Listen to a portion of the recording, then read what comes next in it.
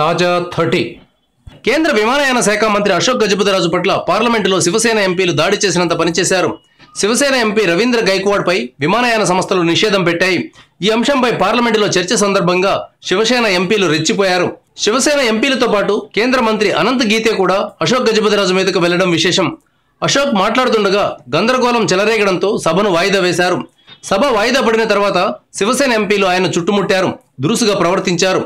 ముంబై నుంచి విమానాలు ఎలా వెళ్తాయో చూస్తామని కేంద్ర మంత్రి అనంత్ గీతే బెదిరించారు. సహచర మంత్రులైన స్మృతి ఇరానీ, అహ్లూవాలియాలు అనంత్ గీతేను బలవంతంగా పక్కకు తీసుకెళ్లారు. టీడీపీ ఎంపీలు అశోక్ గజపతిరాజుకు సపోర్టుగా నిలిచారు. అనంత్ గీతే కేంద్ర మంత్రిగా ఉండి తోటి మంత్రి మీదకు దాడికి వెళ్లడం ఆశ్చర్యాన్ని కలిగిస్తోంది. Shiv Sena MP Ravindra Gaikwad air India ఉద్యోగిని చెప్పుతో కొట్టారని స్వయంగా ఒప్పుకున్నాడు. అందువల్లే ఆయనపై నిషేధం పెట్టారు. జరిగిన తప్పుకు క్షమాపణ చెప్పుకుని నిషేధాన్ని ఎత్తివేయించుకోవడానికి ప్రయత్నించాలి గాని పార్లమెంటులో కూడా దౌర్జన్యం చేయాలని చూడడం దుర్మార్గం.